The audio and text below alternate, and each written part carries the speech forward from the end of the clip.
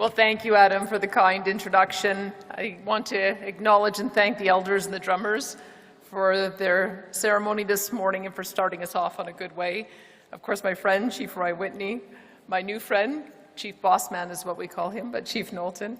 I also have my Indigenous Affairs Minister, Rick Wilson, who's going to be spending some time with you today. And it is a privilege to be here today at the Assembly of First Nations Special Chiefs Assembly. And I'm deeply grateful for this opportunity to speak to you about the unique relationship that Alberta shares with First Nations. Let me start by saying we acknowledge we are on the traditional territory of Treaty 7 and the Blackfoot Confederacy, and the many First Nations who have lived and cared for these lands for generations. We are grateful for the traditional knowledge keepers and elders who are still with us today and those who have gone before us. You may be interested to know that we start each week in the Alberta Legislature with a land acknowledgement much like this, right after the singing of O Canada. And we do this because we recognize how important it is for the provincial level of government to be mindful of the relationships with Indigenous peoples in all of our lawmaking. And we recognize the important work being done by AFN to advocate for your members and their communities. Yesterday, I had the great privilege of meeting with National Chief Cindy Woodhouse-Nepanick, and we had a very meaningful and productive conversation. And I know that you're going to have some important discussions on a very serious subject matter that you'll be deliberating over the next 3 days. Like all of you, Alberta is deeply committed to the welfare of children. In a very real sense, they represent our future.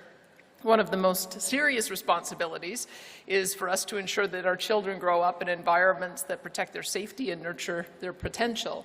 The agreement AFN has reached with the federal government on long-term reform of the First Nations Child and Family Services Program is significant and timely. We understand and support the need for Indigenous children in care to remain in their communities and stay connected to their cultures. And we remain committed to working with First Nations and the federal government when requests to enter into coordination agreements are received from First Nations in Alberta. National Chief Cindy Woodhouse-Nepanick and I also spoke about the importance of First Nations policing, and we are united in our commitment to establish First Nations policing as an essential service in First Nations communities. Together, we called on the federal government to move forward on their commitment to implement amendments to the First Nations and Inuit policing program that would commit sustainable and predictable funding for the First Nations-led law enforcement. And just a couple of weeks ago, on September 30th, people from all across Alberta wore orange shirts and participated in recognizing National Day for Truth and Reconciliation. It's a day for us to come together and reflect on the history and legacy of residential schools and start striving towards reconciliation. My minister likes to call it reconciliation. Last year, we were very pleased to open up the Reconciliation Garden and Monument. This garden and monument are meaningful and heartfelt symbols of Alberta's commitment to reconciliation with First Nations. There were more federal residential schools in Alberta than in any other province in Canada. That's why it's so important that we place this monument and garden right on Alberta's legislature grounds for reflection and for a call to action. Reconciliation is an ongoing journey, and it requires continuous effort and collaboration. One immediate priority for the Alberta government is addressing the ongoing crisis of missing and murdered Indigenous women, girls, and Two-Spirit Plus people through the Premier's Council on Missing and Murdered Indigenous Women and Girls.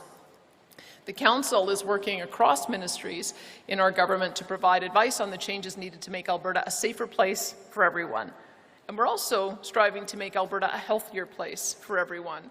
One way we're doing that is by partnering with Enoch, Tutina, Kainai, and Sitka on building recovery communities on reserve to help with the treatment of the deadly disease of addiction, incorporating Indigenous traditional practices to create a healing pathway to restored health.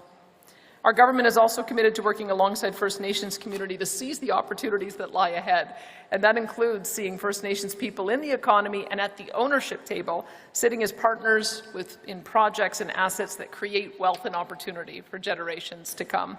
To enable that, our government pioneered a practical approach by creating the Alberta Indigenous Opportunities Corporation, the first organization of its kind in Canada, to provide loan guarantees to Indigenous communities to purchase equity in high-value money-making projects. The AIOC is designed to be a game changer for economic reconciliation. It's about ensuring Indigenous peoples are active at every level of the economy as owners and workers and partners. And it's working. In its first 4 years, the AIOC has provided more than $680 million in loan guarantees to 42 Indigenous communities. And we recently tripled the AIOC's loan guarantee capacity to $3 billion, so even more opportunities can be pursued.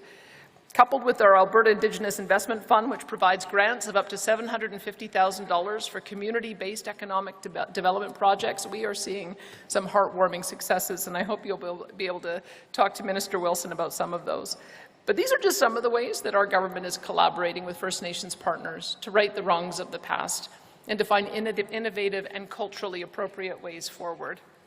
I'm so grateful to First Nations leaders and elders who've shared their advice and guidance so freely with us as we strive to forge a path forward with reconciliation.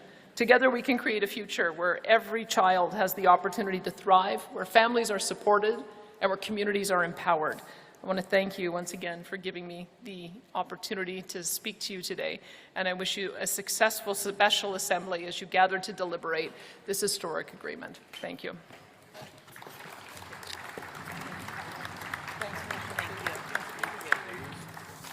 Premier, this is for you for National Chief.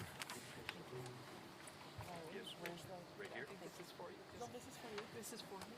This is a gift exchange. Okay. This is a gift exchange for the 2 years. Just because I breached protocol.